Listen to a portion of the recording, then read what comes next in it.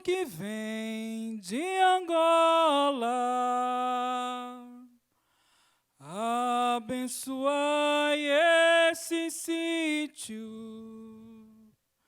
em nome de Nossa Senhora. Abençoai esse sítio, em nome de Nossa Senhora. Povo que vem de Aruanda, povo que vem de Angola,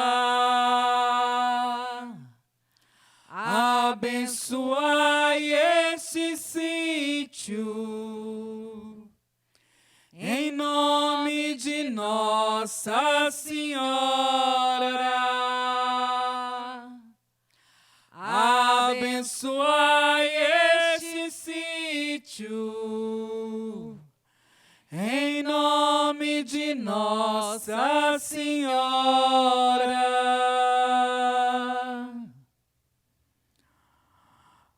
Quando a gente era a natureza, nossa completude, nós somos natureza. E essa interdependência é vital. Se a gente ignora isso, a gente morre. A ideia de uma vida separada da natureza só pode significar o fim da nossa experiência de compartilhar a vida nesta terra com outros seres, com as florestas, com os rios, com outras espécies. Ailton Krenak. Se não existisse o sol, como seria para a terra se aquecer? Se não existisse o mar, como seria para a natureza sobreviver? Se não existisse o luar, o homem viveria na escuridão. Mas como existe tudo isso, meu povo, eu vou guarnecer meu batalhão de novo. Mas como existe tudo isso, meu povo, eu vou guarnecer meu batalhão de novo. Eu vou!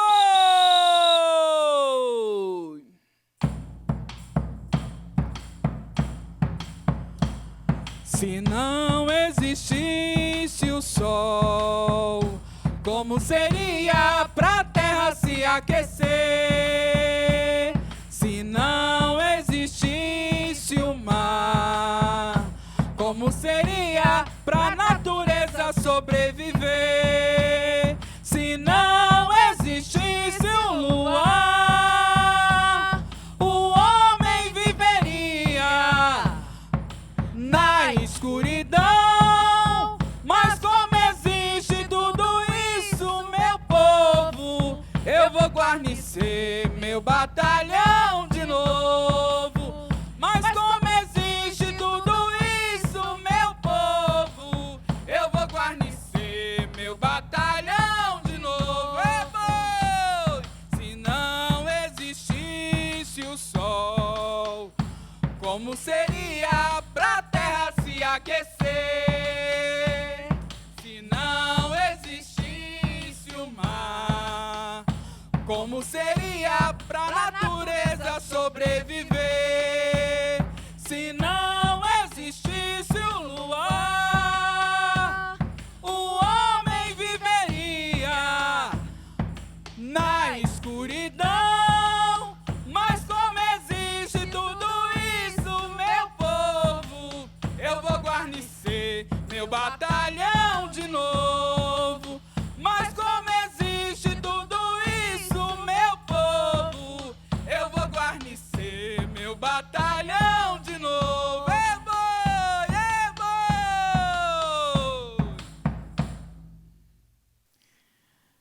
primeiro tema desse projeto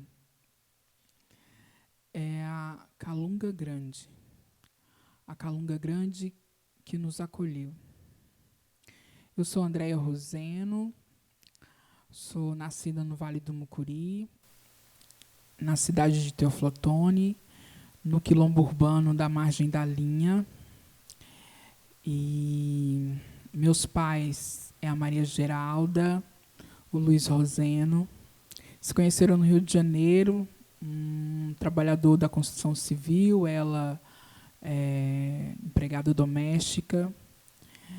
E fixaram residência em Teoflotone no final dos anos 80, e onde tinha uma efervescência de coisas acontecendo na cidade, no Brasil, né, redemocratização do país, surgimento de vários movimentos sociais. E ali, esse momento individual, começa também o meu momento coletivo. Queria convidar também para compartilhar comigo desse primeiro momento, dessa primeira reflexão, uma pessoa muito especial, que foi parceira e também foi, ao longo da execução do projeto, foi concebendo esse projeto junto comigo.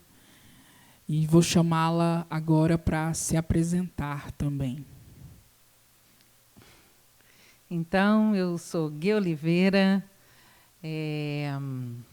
meu nome é Gladys Cristina de Oliveira, nasci em Belo Horizonte e a minha ancestralidade, né, tem a minha mãe, que é Maria de Lourdes de Oliveira, meu pai, Carlos Roberto de Oliveira. A minha mãe é do norte de Minas, o meu pai é do outro extremo, do sul de Minas, e eles se encontram como trabalhadores, né, trabalhadora e trabalhador, em Belo Horizonte. Minha mãe é resultado do êxodo rural, né, pelas condições precárias de vida dos trabalhadores e trabalhadoras, naquela época também, nos anos 70, né? E então eu sou fruto disso, né, dessa história, e é uma história que influenciou muito a minha escolha enquanto militante. Eu sou militante do Movimento dos Trabalhadores Rurais Sem Terra, contribuo com o Coletivo de Cultura, e também na música, né, muito influenciada por a terra de minha mãe, o norte de Minas, Olhos d'Água, Bocaiúva, aquela natureza, né, me inspira não só na música, mas na minha vida, na minha cultura, na minha forma de conceber o mundo, né? Então, isso é um pouco de mim também, trazendo aqui, porque o que a gente faz hoje, com certeza, é resultado de toda uma história ancestral que a gente carrega na nossa mente, no nosso DNA e nas nossas energias. Esse projeto, Tempo de Aquilombar, ele nasce de uma inspiração vindo da escritora, né, literata Conceição Evaristo.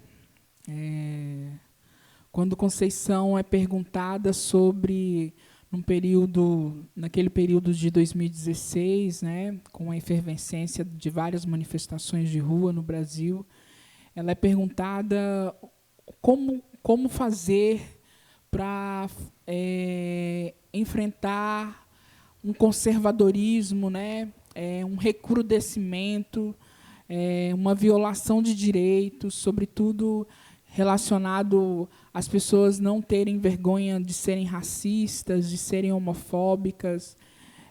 A Conceição falava que era necessário resgatar a mística quilombola. E foi pensando nesse processo que esse projeto nasceu, pensando que quilombo, né, na região de Angola, era um lugar onde chegava numa determinada fase da vida, né?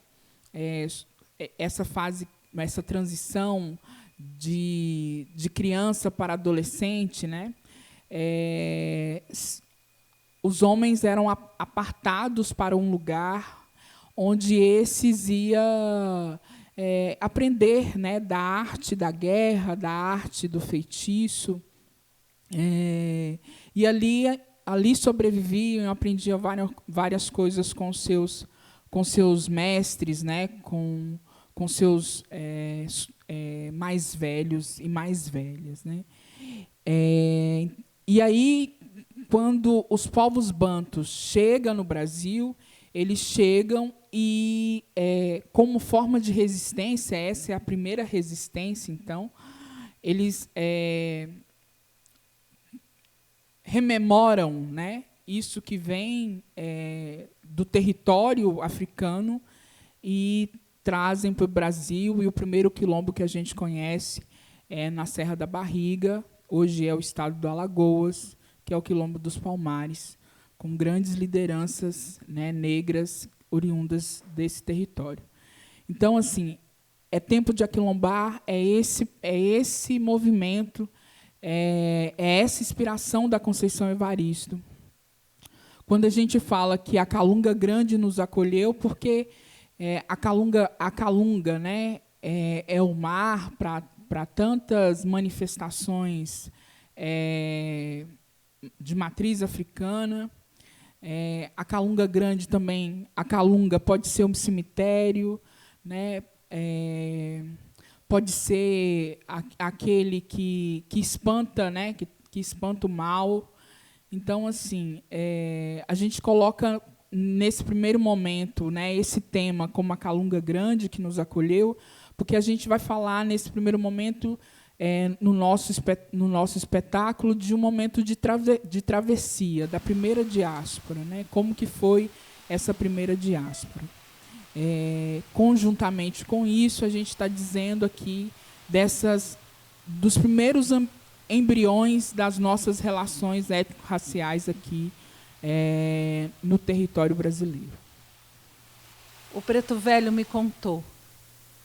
A Calunga Grande é o mar.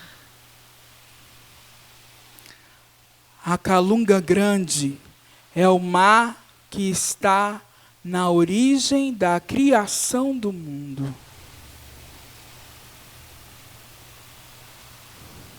O Preto Velho me contou que o mar nos acolheu. A Calunga Grande nos acolheu.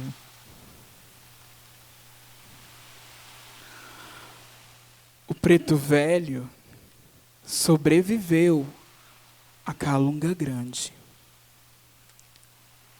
A Calunga Grande espanta o mal.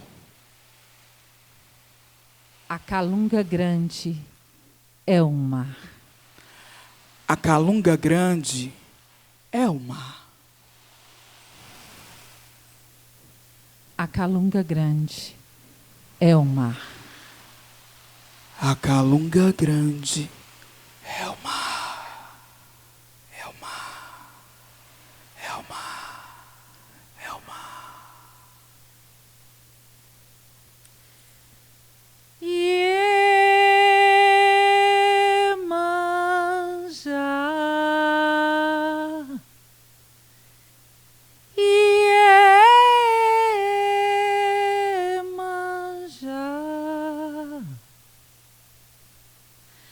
Toma conta da minha cabeça, mãe.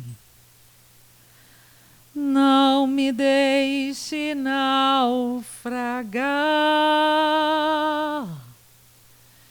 De morrer na praia eu tenho medo.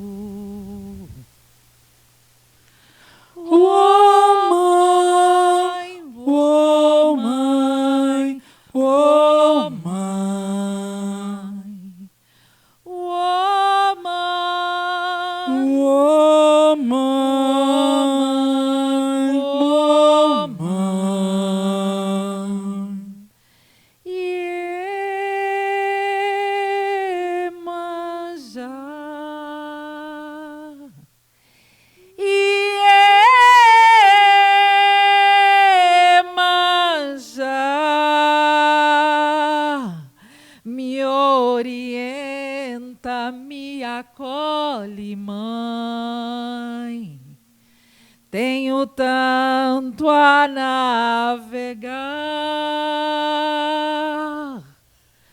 Meu temor não é nenhum segredo. Woman, woman, woman. Woman, woman, woman. Usurpadores de sonhos seguem reinando, mãe. Mesmo separado de ti pelo Atlântico, minha trilha, mãe, são os seus românticos cânticos. Mãe, me imagino arrancado dos seus braços, que não me viu nascer, que não me viu dar os primeiros passos. O esboço do seu rosto, mãe, é o que eu tenho. Por aqui, mãe, fala um pouco de ti. E penso, mãe, penso, qual foi o erro cometido? Por que fizeram isso com a gente, mãe? E o plano?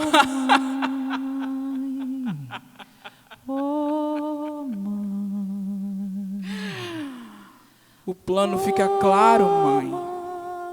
Claro, claro. O plano, mãe, era o nosso sumiço. O nosso sumiço é o que querem os partidários, os visionários. O nosso sumiço é o que querem os partidários, os visionários. Eis a questão: o nosso sumiço é o que querem os partidários, os visionários. O nosso sumiço é o que querem os partidários, os visionários. O nosso sumiço é o que querem os partidários, os visionários. O nosso sumiço, mãe.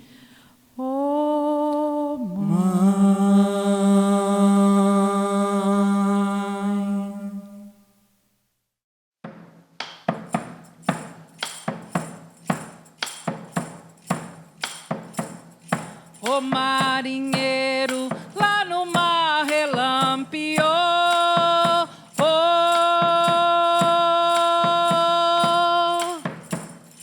O marinheiro lá no mar relampeou.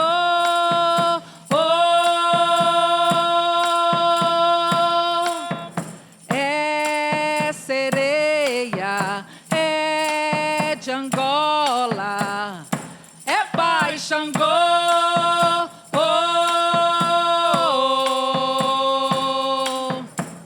Oi, eu não sou daqui, eu sou do lado de lá. Ai, ai, ai. Quando eu cheguei aqui, eu vi ouro batear. Ai, ai, ai. Ora, bateia, bateia, ouro vamos batear. Tira pedra, tira ouro no fundo do mar. Ai, ai, ai. O marinheiro lá no mar relampeou.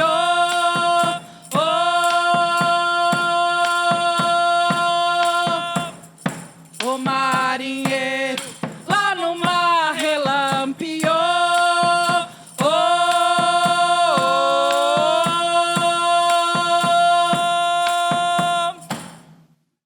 Nesse segundo bloco, a gente faz uma reflexão a partir do pacto de sobrevivência de povos originários e povos de matriz africana. E aí a gente, se num primeiro momento a gente estava dizendo daquilo que motivou esse projeto, nesse segundo momento, nós vamos estar adentrando na complexidade das relações étnico-raciais no Brasil, na gênese da nossa formação. E aqui a gente não quis, a gente fez uma escolha de não fazer uma abordagem a partir do olhar do colonizador, né? A gente fez uma abordagem artística, perpassando essas músicas de domínio público, mas exaltando esse encontro, né? Exaltando um pacto silencioso de sobrevivência à colonização. A nossa formação, né, a princípio, é uma formação que ela tem um sentido, né, e o sentido da nossa formação é um sentido de exploração, né, é um sentido de fornecimento, né, de matéria-prima para fora. A gente pergunta se isso mudou hoje, né? Mas naquele momento era isso, né? E quando esses colonizadores chegam aqui e fazem, né, e olham para esse lugar como um lugar de obter essa matéria-prima, a princípio também se coloca como quem ia, né, ser aqueles e aquelas que iam manusear, né, fazer, então, todo o processo aí de manuseio, né, de pegar, de extrair essa matéria-prima. E aí, num primeiro momento, o desencontro, né, que vai dizer o Darcy Ribeiro, o desencontro foi com os povos originários, né? E aqui a gente tem mais de 300 povos nesse território, né? Muitos povos aqui, né? Com a chegada abrupta do colonizador. E esse desencontro ele já começa desigual desde do seu primeiro instante, já que aqueles que estavam na terra, né, os povos originários, viam aqueles que vinham do mar como deuses, e aqueles que estavam no mar, olhando para os povos da terra, viam eles como mercadoria. E esse desencontro, né, esse conflito, ele fica mais complexo com a questão da escravidão dos povos africanos, né? E aqui são diversos povos, né, que chegam aqui. A gente tem uma péssima, porque isso o racismo faz, a gente tem uma péssima memória. A história oficial que se conta são histórias a partir desse olhar do colonizador eurocêntrico, mas aqui nós estamos falando de 300 anos, 400 anos de tráfico de pessoas, e de muitas pessoas. Nós estamos falando de 10 milhões de pessoas nesses 400 anos. E aí são várias rotas, né? A rota de Guiné, a rota de São João da Mina, a rota de Moçambique, e tantas rotas que trouxeram vários povos para cá. E aqui tem, né, nas expressões, nos territórios tradicionais brasileiros, né, a gente tem as resistências, os resquícios dessa grande travessia, né? O que é o candomblé de Congo-Angola, que é os povos bantus, né? na verdade, é a cultura banto, porque banto já quer dizer povos. A gente tem o povo Efon, né, que é o povo Jeje. A gente tem o candomblé de Queto, que está representado pelo povo Iorubá. E fora outra diversidade de povos que chegaram aqui, e que a escravidão e que o processo do racismo foi silenciando, foi apagando, foi colocando uma pedra em cima. Mas o que fica potente nessa nossa reflexão sobre esse pacto de sobrevivência, o que fica potente é o encontro entre povos originários e povos africanos. Isso que a Lélia Gonzalez vai chamar de afro-ameríndia, né? Essa grande potência de sobrevivência que atravessou e atravessa, né, está atravessando essa história do sistema capitalista, patriarcal, racista que nós conhecemos. Esses povos, né, e toda a sua... o Darcy Ribeiro vai dizer isso, né, que a África, o continente africano, esse translado, né, essa diáspora foi tão potente no Brasil, e os povos aqui, esse pacto da sobrevivência foi tão intenso que a cultura africana ela influencia, perpassa por toda a cultura brasileira, toda, não tem linguagem, não tem gastronomia, não tem nada na cultura brasileira que não seja atravessado por essa influência africana. Mas por que não acontece a influência indígena como acontece em outros países da América Latina?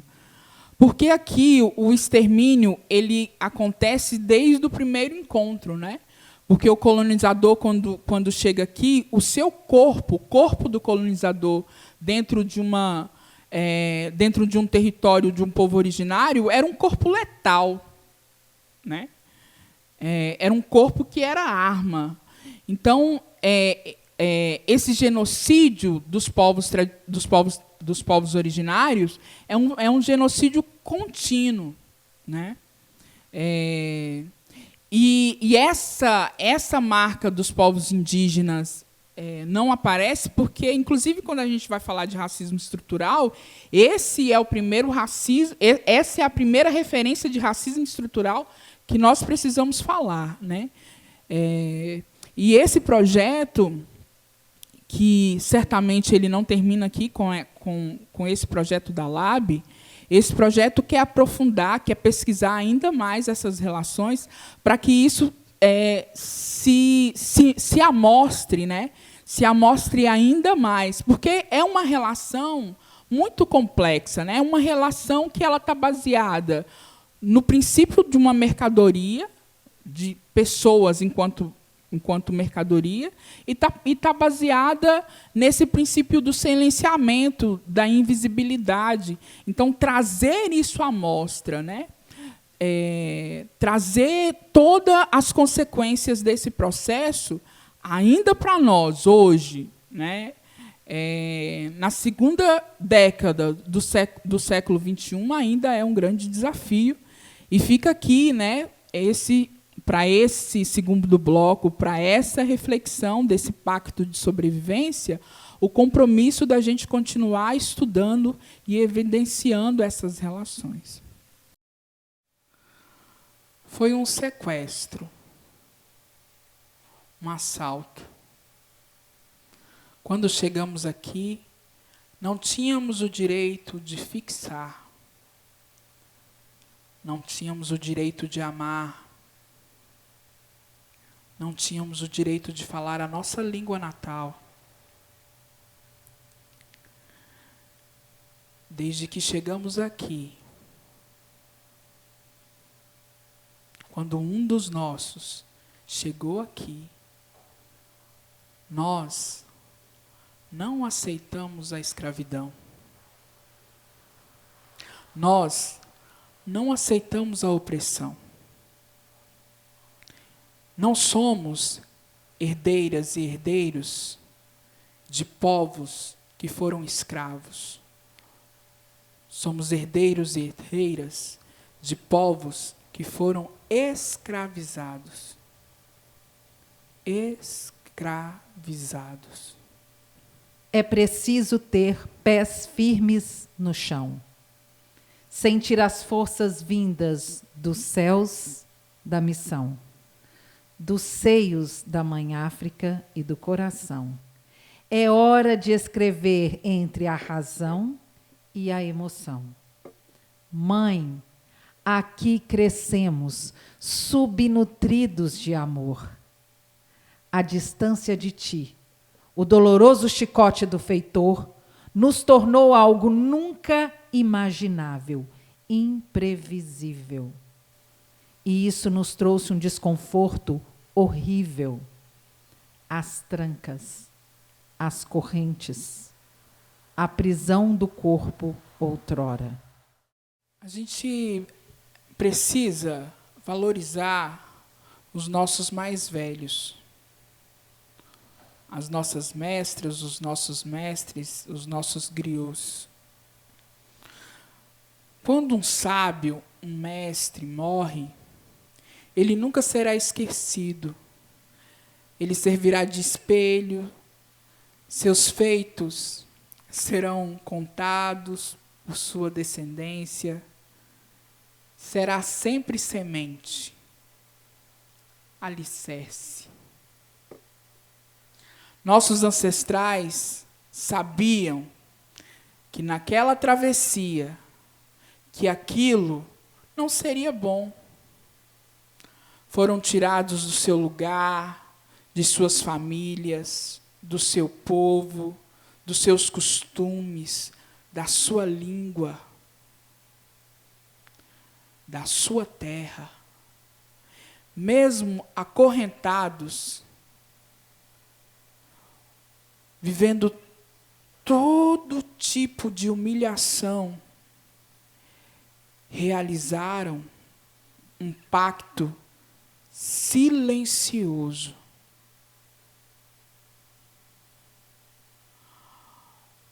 Um pacto de sobrevivência.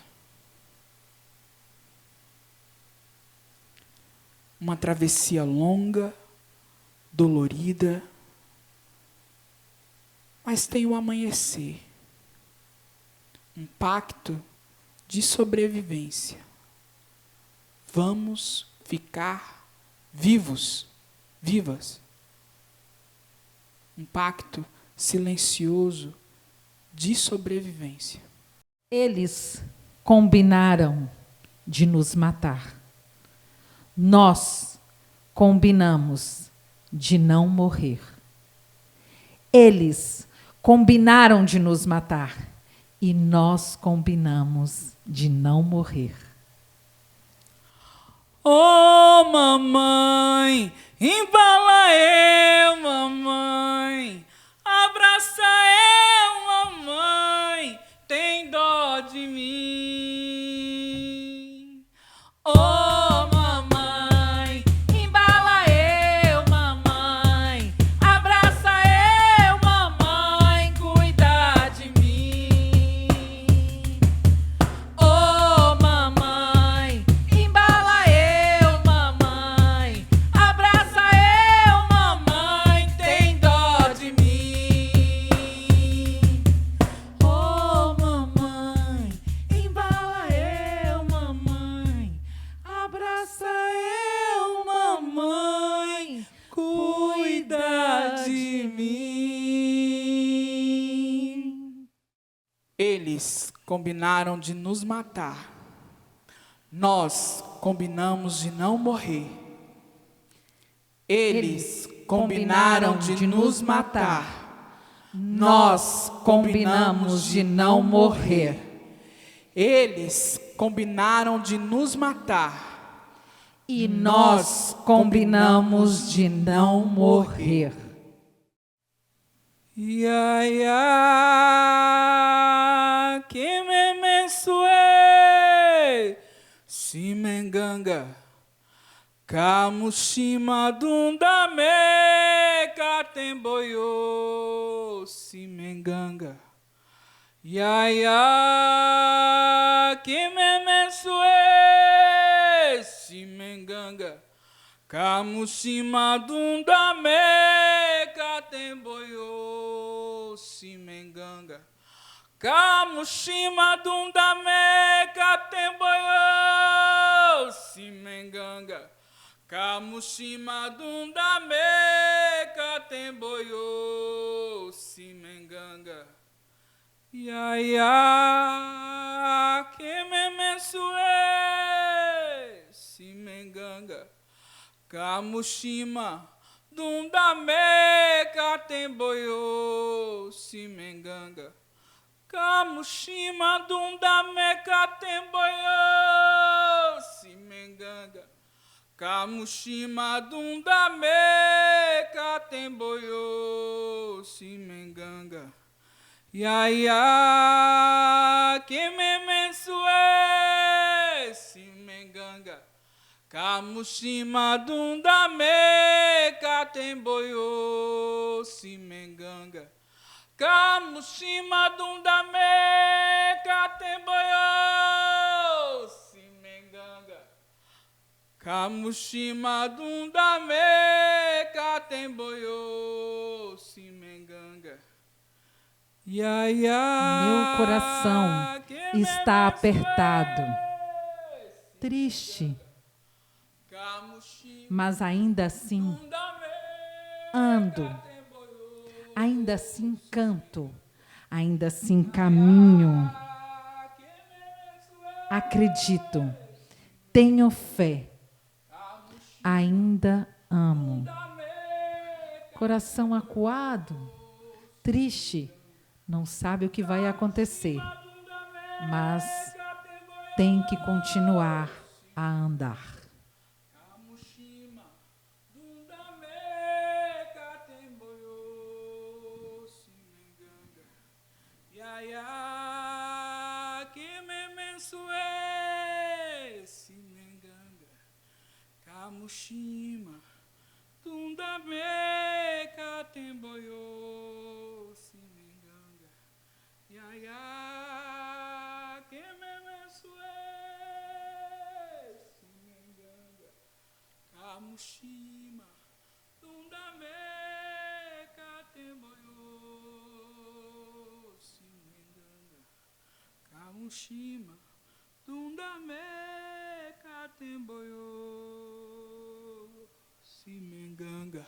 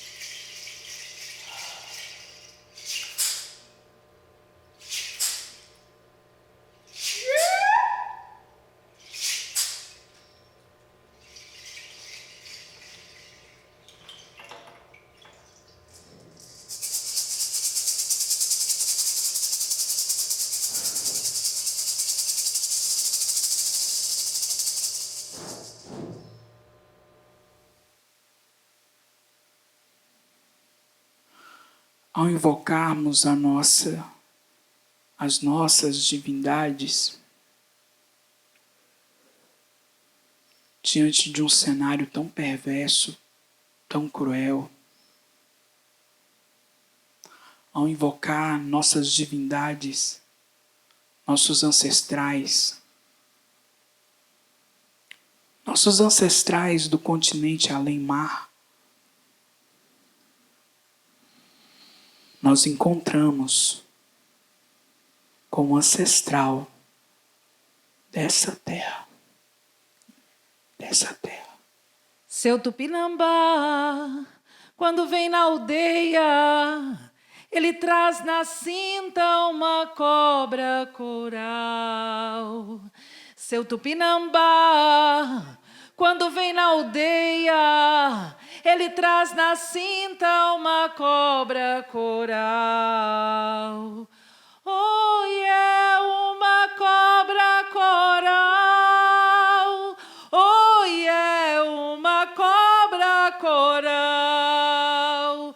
Oi, é uma cobra coral. Oi, é uma cobra coral.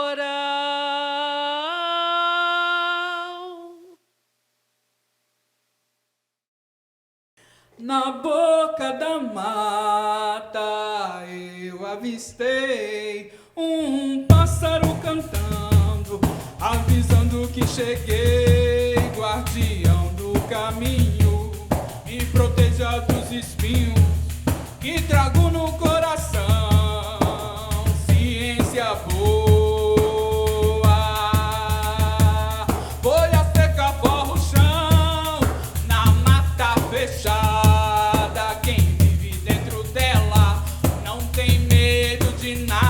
Salve a Jurema sagrada e os espíritos de luz e o caboclo de lança que guarda a zona da mata.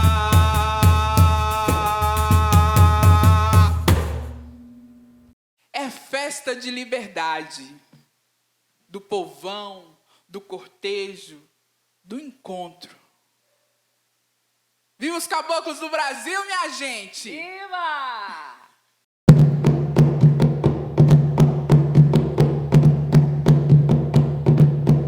Atravessei o mar a nado, por cima de 2 barris. Eu vinha vendo a Juremeira e os caboclos do Brasil. Atravessei o mar a nado, por cima de 2 barris. Eu vinha vendo a Juremeira e os caboclos do Brasil. Eu vinha vendo a Juremeira e os caboclos do Brasil. Eu vinha vendo a Juremeira e os caboclos do Brasil. Então, nesse terceiro bloco, a gente trouxe o tema o racismo estrutural, né? E existe um elemento central nessa questão do racismo estrutural. É o acesso à terra, né? A terra, ela é um elemento fundamental no processo de sobrevivência de qualquer ser humano, né? Na terra onde você mora, onde você produz alimentação, onde você produz minimamente a sua existência. Bom, e em 1850, a Lei 601, conhecida como a Lei de Terras, ela define, institucionaliza esse racismo estrutural. E aí, como a Andréia falou, não é só a questão do racismo, não é só o racismo na questão negra, mas o racismo também com a questão indígena, com os pobres, né? Então, a Lei de Terras, ela estrutura a sociedade brasileira da forma que ela é hoje, né?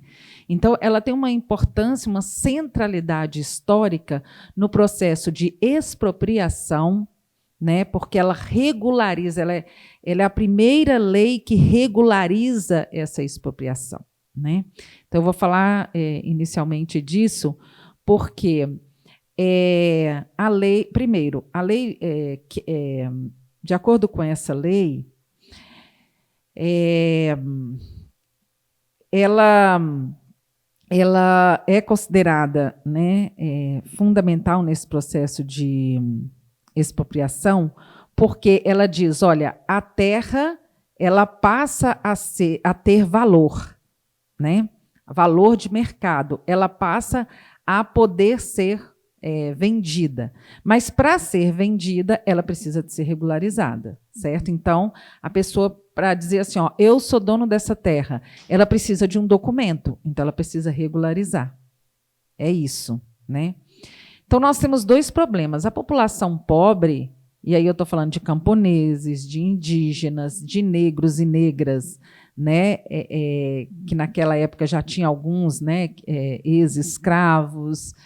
Então, comunidades negras, né? Rurais, né? Então, para eles provarem que aquela terra era deles, eles precisavam, primeiro, de ter acesso a essa informação. Segundo, precisava de ter elementos, né, para conseguir fazer isso. Então, era muito difícil. E, além do mais, eles acreditavam que, tendo a posse da terra, a terra era deles. E não foi bem assim. Então, as terras, quando os latifundiários, né, os fazendeiros, os senhores de escravos, eles foram regularizar as suas terras, claro que, como hoje acontece, né, eles aproveitaram desse poder político que eles tinham e, portanto, aumentou-se a concentração de terras no país. Se aumentou a concentração de terras, eles tiraram terra de alguém. De quem foi? Foram dos camponeses pobres, foram dos indígenas, dos negros. E a lei de terras, ela favoreceu, né, os fazendeiros, essa elite agrária, né? E a lei de terras, ela foi fundamental quando, em 1888, com a dita, entre aspas, abolição da escravatura, né? Por isso que os negros e negras não poderiam ter acesso à terra, por causa dessa lei, né? E tem uma outra contradição que, com a lei Eusébio de Queiroz, primeiro, o negro, né, e a negra eram mercadoria. Como que eram considerados mercadorias? Como que uma mercadoria ia ter uma terra? Então, tinha um impasse jurídico, inclusive, nesse sentido. Então, assim, a lei de terras é importante, ela tem uma importância histórica nesse sentido de estruturação de uma sociedade, primeiro, que expropria. Essa expropriação, ela não é de qualquer forma, ela é violenta. Então, até hoje, né, se usa, inclusive, esses instrumentos, né, que é de expulsão da terra a partir do uso do poder da força, né, de incendiar. Né? Então, incendiaram aldeias, incendiaram comunidades, foram violentos, né? Então, assim, expulsaram de forma violenta. Então, foi uma expropriação institucional, mas que para ela descer, né? Para acontecer essa expropriação de fato e concreta, ela foi muito violenta, né? E ela faz parte desse processo, né, que a Andréa vai falar, de um processo de abolição da escravatura gradual, né? O Brasil foi o último a abolir a escravidão, né, no mundo, inclusive.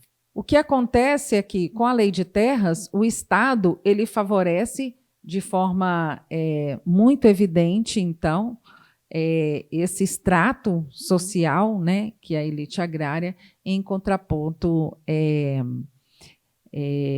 a uma classe ali, né, pobre. E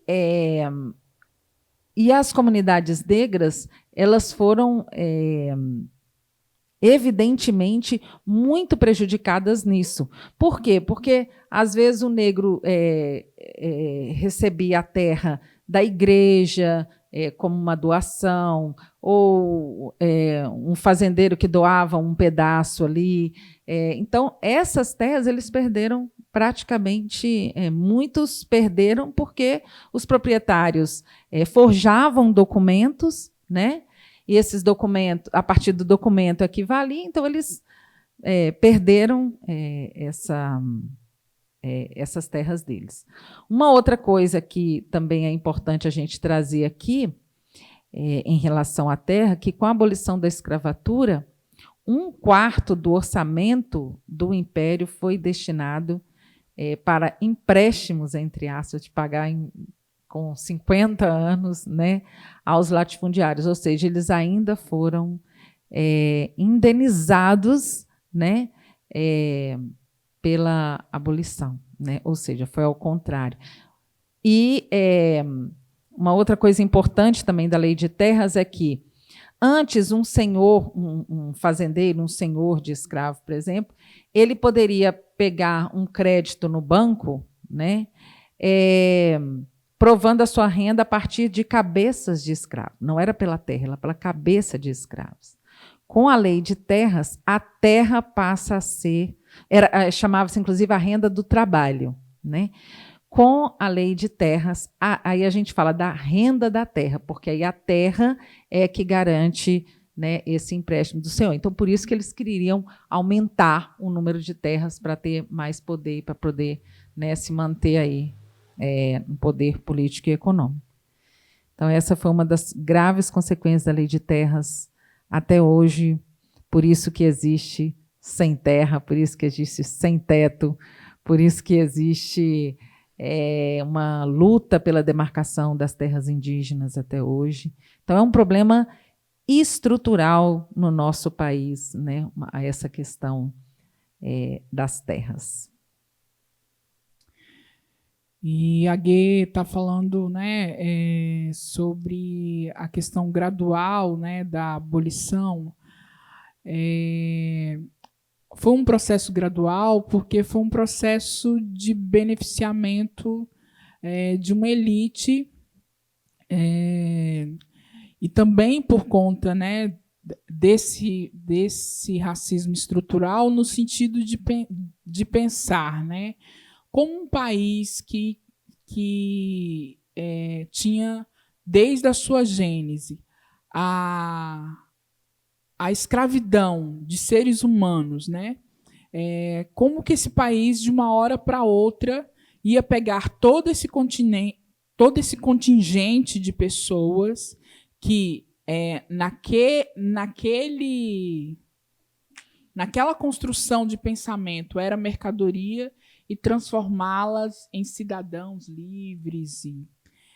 O racismo não permitia, né? Não permitia esse processo. Assim. E aí, a abolição da escravatura e todas as leis foram leis maquiadoras para um beneficiamento de uma elite, né? Uma elite agrária, uma elite que não estava pensando nesse país, né, no Brasil interno, mas estava subjugado nesse sentido, né, nesse sentido de colonização, estava subjugado aos interesses externos, né? Então, a gente tem, desde a implementação da lei Eusébio de Queiroz, em 1850, conjuntamente com a estruturação da Lei de Terras, que era a proibição do tráfico negreiro, que continua depois, né?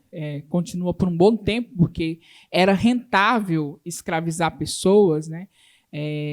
Inclusive, isso, em algum momento, era uma economia, quase uma economia-chave do país.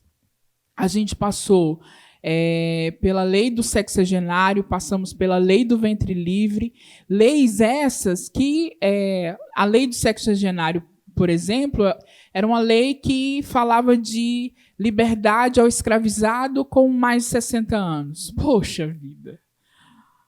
A vida, né, de um escravizado não chegava aos 40, quanto mais aos 60, né? A lei do ventre livre era crianças nascidas, né, poderiam ficar com os pais que eram escravizados, né, poderia ficar na fazenda até os 8 anos. E aí o Estado assumiria aquela construção, aquela educação. No entanto, o Estado não tinha lugar para assumir essa educação dessas crianças. E aí as crianças ficavam na fazenda até completar 18. E aí, se a gente pensar, né, que a idade mínima a idade, né, a idade mínima não, a idade de sobrevivência de um escravizado era até os 40, ele passava ali uma boa parte da vida dele sendo forçado. Essa dita criança livre era forçada a trabalhos, né, no regime de escravidão até completar os 18 anos, né, e aí jogado à sua própria sorte, né. Aí a gente pergunta de onde que vem a meritocracia, né? E quais são as consequências dessa abolição feita pelos do alto, por cima, né? As consequências dessa abolição é um apagamento, né, dessa história, desse pacto que a gente falou lá no começo, desse pacto de sobrevivência, né? É um apagamento, um silenciamento, colocar pessoas, né, à margem de uma sociedade, construir um projeto eugenista no sentido de um branqueamento do Brasil. Isso não é uma... Né, isso está nos livros de história, né, isso está contado na nossa história, no sentido de ter um projeto, né, de embranquecimento desse país. E a estruturação, a institucionalização do racismo estrutural, assim, né, e todas as consequências que a gente vive, né, esse genocídio contínuo dos povos originários, o extermínio da juventude negra, né, um êxodo rural, que a Guê falava aqui, né, deu esse exemplo que a mãe, vinda do norte de Minas, viveu esse êxodo rural. Meus pais, né, que um é do Jequitinhonha, outro da Paraíba, também viveu esse êxodo rural. Então, a gente tem o desemprego estrutural no Brasil, que sempre foi uma barganha, né, muito grande. A inflação, a carestia das coisas, tudo isso, a educação, quando a gente vê mais de 14 milhões de analfabetos, 32 milhões de analfabetos semifuncionais, tudo isso é consequência dessa não abolição ou dessa abolição que foram feitas por aqueles pelo alto, né? Uma abolição que não foi feita com e para o povo. Eu vim cobrar o coração dilacerado do meu bisavô, ao ver levar a bela Índia. Eu vim cobrar a honra da minha bis, eu vim cobrar o martírio da miscigenação forçada. Eu vim cobrar a peleja na mata. Eu vim cobrar a surra no tronco. Eu vim cobrar a peleja na mata, a surra no tronco. Eu vim cobrar.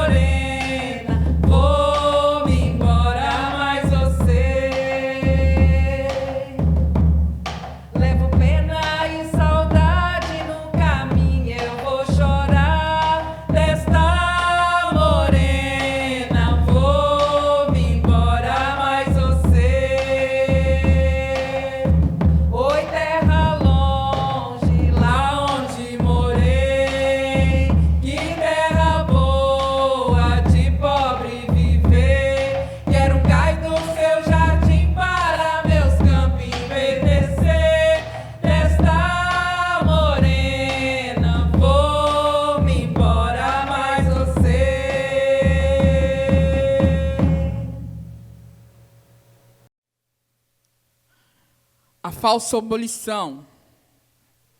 O povo negro foi jogado à própria sorte.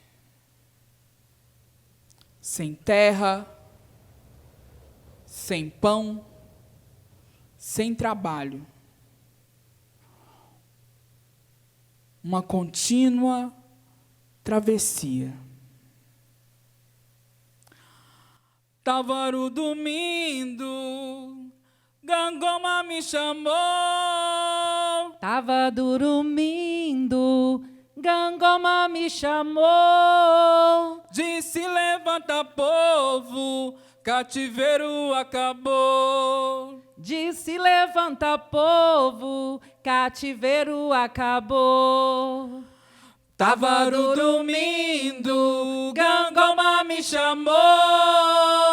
Tava dormindo, Gangoma me chamou. Disse: levanta, povo, cativeiro acabou.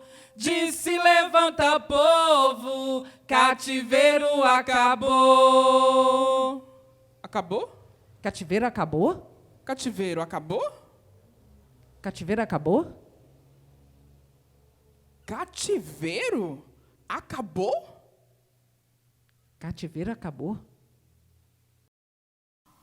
Fome, Desemprego, subemprego, violência contra as mulheres, extermínio da juventude negra, sem terra, sem teto, 14 milhões de analfabetos, 32 milhões de analfabetos semifuncionais, genocídio contínuo dos povos originários.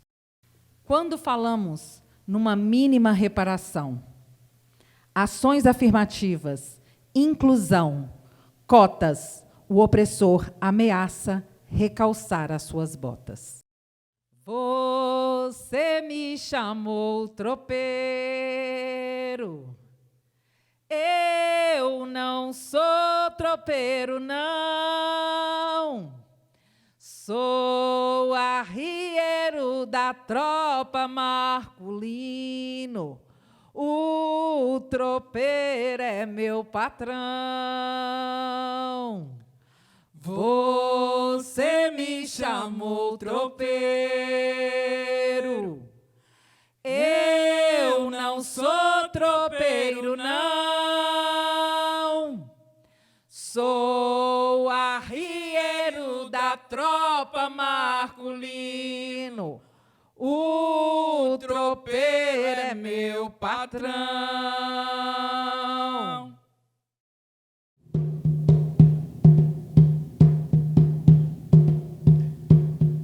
Nós existimos porque lutamos.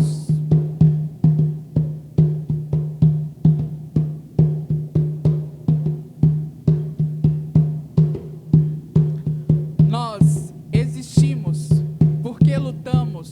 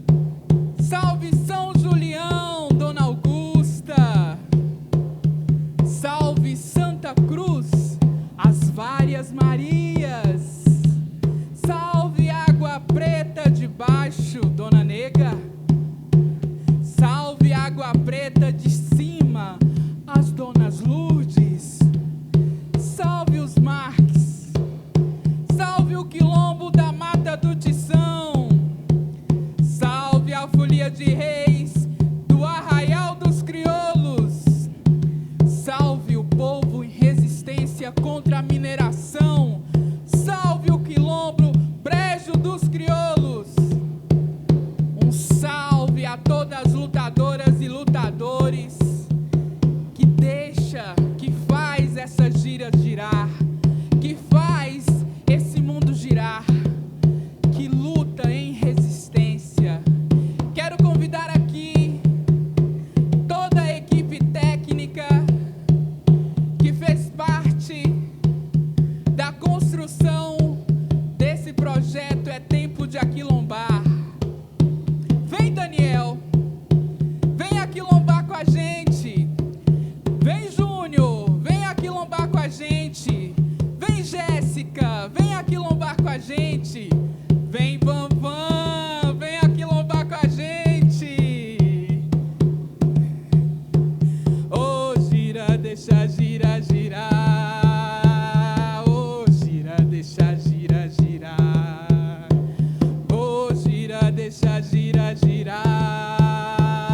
Ô, gira, deixa gira, girar. Deixa gira, girar. Saravá e Ançã, é Xangô e Iemanjá, oiê, ô. Deixa gira, girar. Ô, gira, deixa gira, girar. Ô, gira, deixa gira, girar. Ô, gira, deixa gira, girar. Ô, gira, deixa gira, girar. Ô, gira, deixa gira, girar. Ô, gira, deixa gira, girar. Vem, gay. Ô, gira, deixa gira, girar. Ô, gira, deixa gira, girar. Ô, gira, deixa gira, girar. Ô, gira, deixa gira, girar. Ô, gira, deixa gira, girar. Ô, gira, deixa gira, girar. Ô, gira, deixa gira, girar. Ô, gira, deixa gira, girar.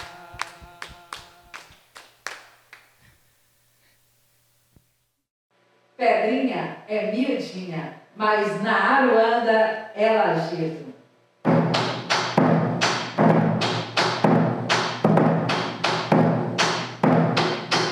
Pedrinha miudinha, pedrinha na Luanda, lajedo tão grande na Luanda, pedrinha miudinha, pedrinha na Luanda,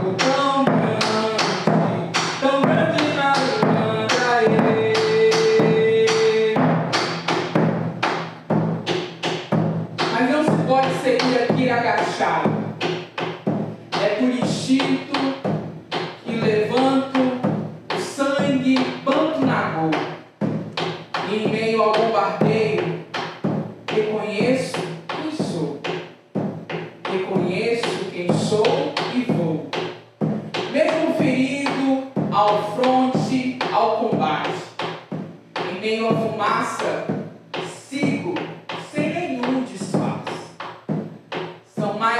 500 anos, criamos nossos laços, reescrevemos nossos sonhos. Mãe, oh mãe, sou o fruto do seu sangue, das suas entranhas. O sistema me marcou, mas não me arrebanha. O predador errou quando pensou que o amor estanca.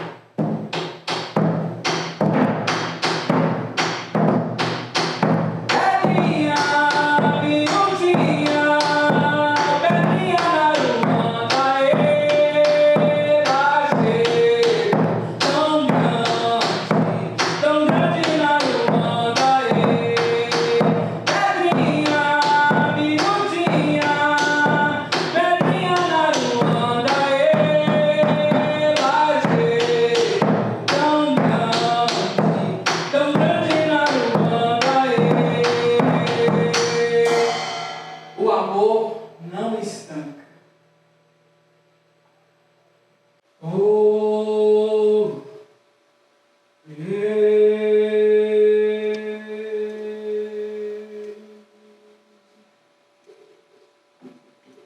grande a ganga no quis, sua gunga não bambeia. Grande a ganga no quis, sua gunga não bambeia. Um ganga berebere, ai, vai te guardar, vai te proteger. Na sombra do jatobá. Um ganga berebere, ai, vai te guardar, vai te proteger. Na sombra do jatobá. Grande a ganga no quis, sua gunga não bambeia. Grande a ganga no quis, sua gunga não bambeia. Um ganga berebere, ai, vai te guardar, vai te proteger.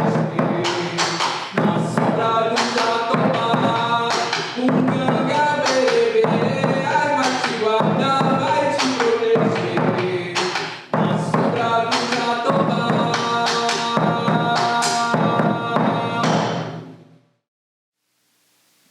Nós existimos porque no silêncio nossa ancestralidade nos amparou. Sobrevivemos, resistimos. Nós existimos porque acreditamos que somos irmãos e irmãs. Nós existimos porque fomos capazes de sorrir para existir. Na alegria também resistimos. E nessa alegria, nessa irmandade, nessa cumplicidade, recebemos Pereira da Viola, nosso irmão, que vem aqui hoje finalizar esse projeto, que só inicia, é tempo de aquilombar. Muitíssimo agradecido a vocês duas por me convidar nesta grandiosa obra, onde que a gente sabe que ela está sendo necessária nos dias de hoje. É importante que nós, negros e negras, tenhamos a consciência de que o que fizeram com a nossa arte, com a nossa cultura, com a nossa identidade, é algo que precisa ser revisto, e esta obra é uma revisão dessa história dos nossos irmãos e irmãs vindos da África. Mulungu vai, mulungu, mulungu vem, mulungu vai chamar Sinhá pra brincar no terreiro também. Mulungu vai, mulungu vem, mulungu vai chamar Sinhá pra brincar no terreiro também. Vi mestre Júlio chorar quando a gunga de ouro no chão balanceou. Senhora do Rosário, me acolhe em seus braços. Hoje é dia de festa, de glória e de louvor. Sou teu filho e devoto, fui criado no Congo. Sua força divina é que trouxe saravá. Minha mãe, tô chorando, meu peito tá doendo. Me dê a sua mão, me ajude a caminhar. Mulungu vai, Mulungu vem, Mulungu vai chamar Sinhá pra brincar no terreiro também. Mulungu vai, Mulungu vem, Mulungu vai chamar Sinhá pra brincar no terreiro também. Ei, meu mestre me chamou, vim correndo de Angola, no terreiro de Zambi, neste sítio sagrado. É de luz, é de lua, é de estrela brilhante, é banhado de amor, é meu pai abençoado. Vem trazendo alegria, vem nos abençoar, nos mistérios do mundo, ele vem nos ensinar. Mulungu tá chamando, hoje é festa no céu, os anjos estão cantando, vamos todos festejar. Mulungu vai, Mulungu vem, Mulungu vai chamar Sinhá pra brincar no terreiro também. Mulungu vai, Mulungu vem, Mulungu vai chamar Sinhá pra brincar no terreiro também. Mulungu vai, Mulungu vem, Mulungu vai chamar Sinhá pra brincar no terreiro também. Mulungu vai, Mulungu vem, Mulungu vai chamar Sinhá pra brincar no terreiro também.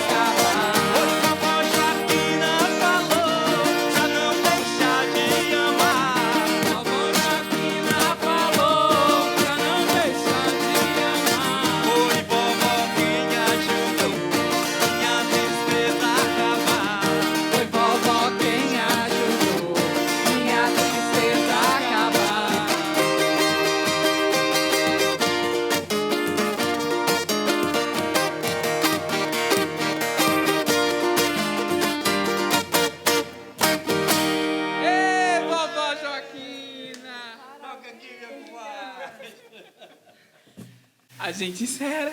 Excelente, maravilha. Muito obrigado a vocês duas por esse momento de festa, esse momento em que tanta gente tendo que ficar em casa, quietinhos, né? E a gente aqui nessa festa bonita, né? Claro, com todas as condições de segurança, né? É importante dizer isso, por isso a gente quer transmitir essa alegria, esse amor, essa gratidão, né? Por estarmos vivos e festejando a vida. Viva a vida, viva a cultura brasileira, viva as nossas heranças lá, a nossa ancestralidade africana, nossa mãe África presente aqui nas nossas Minas Gerais. Ei, lindo. A gente agradece também, Pereira, por você vir, né, com toda essa sua ancestralidade, toda essa sua energia, coroar esse final de projeto aqui com essa equipe, com Encena, aqui no Vale do Mucuri. Você, meu conterrâneo, que eu tanto admiro. E a gente agradece demais.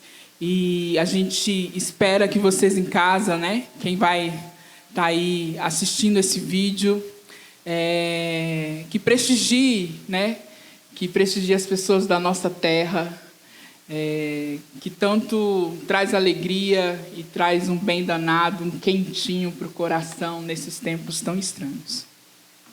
Maravilha! Viva a vida!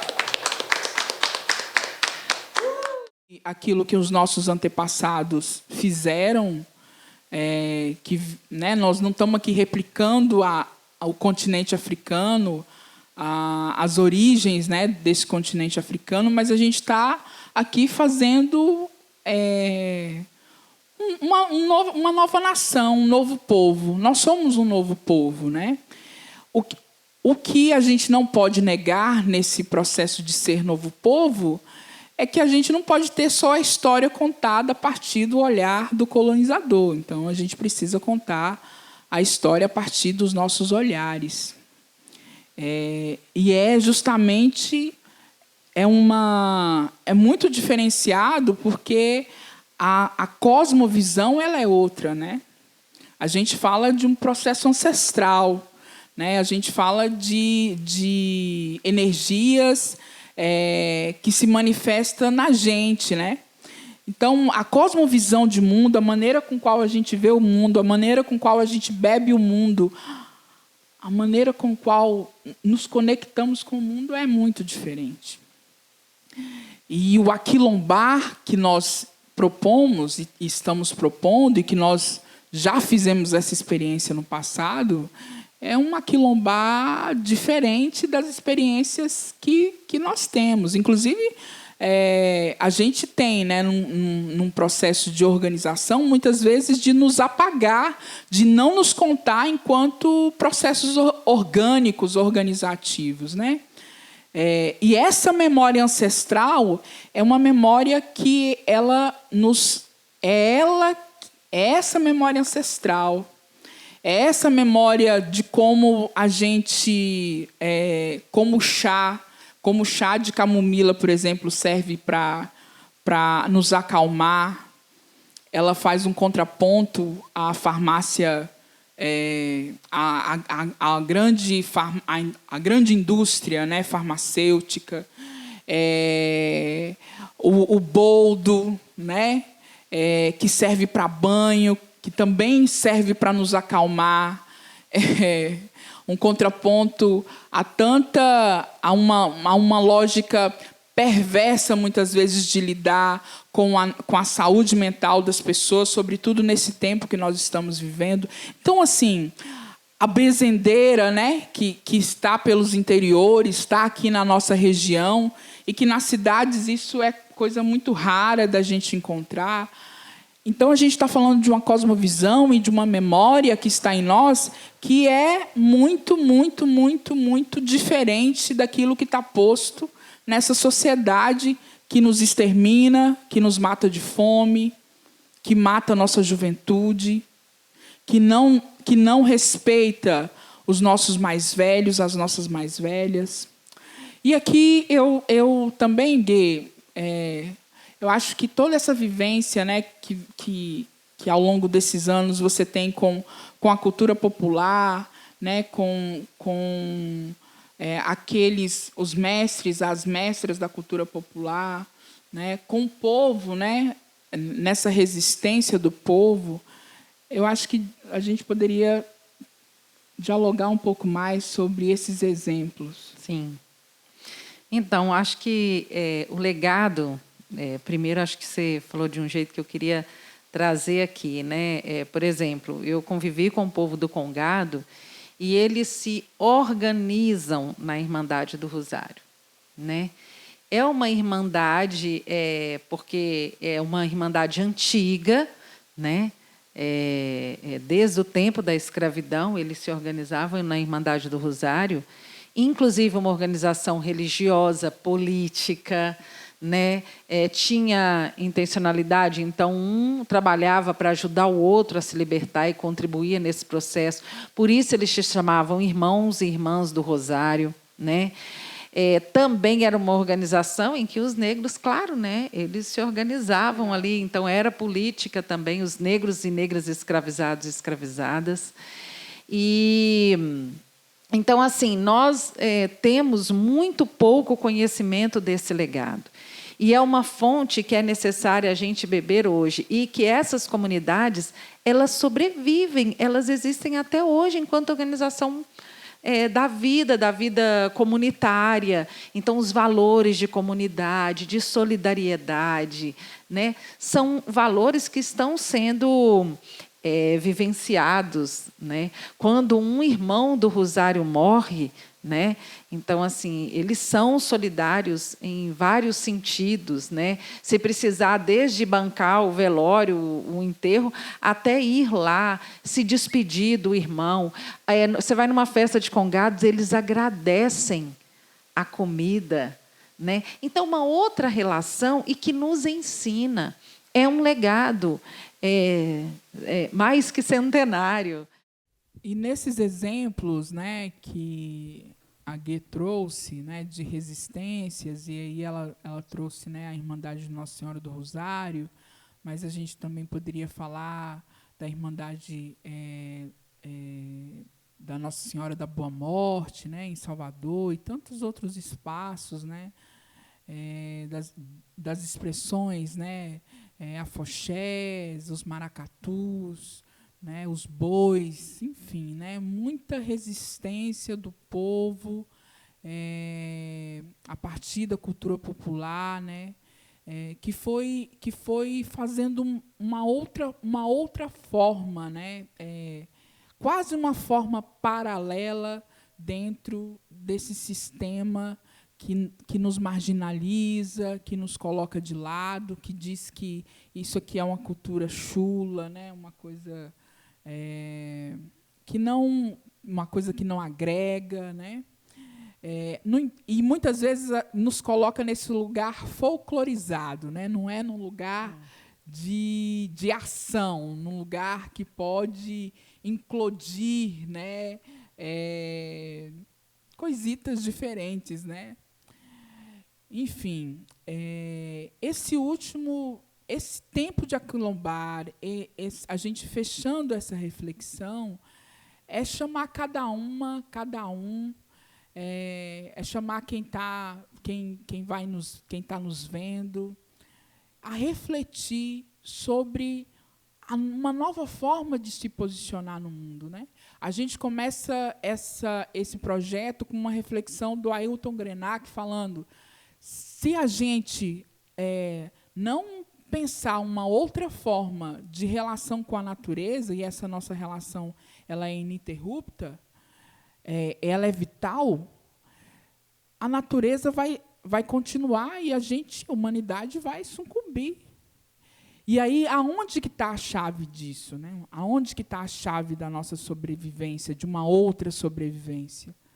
Está nesses povos que atravessaram todo esse processo, resistiram com a sua cultura, com a sua gastronomia, com a sua língua, se libertaram, né? Se aquilombaram. Então, É esse sentimento mesmo que Dona Conceição Evaristo nos trouxe, né? Esse sentimento de aquilombar, para a gente continuar nessa perspectiva de eles combinaram de nos matar e nós combinamos de não morrer. Essa expectativa, perspectiva e construção desse método, desse futuro presente.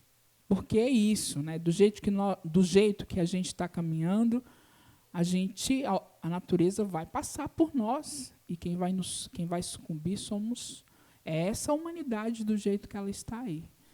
Então, vamos nos aquilombar, vamos construir um futuro presente de uma outra forma, de outros modos. E a fonte está aí, a fonte está do nosso ladinho, está aqui, pulsante, pulsando. É isso.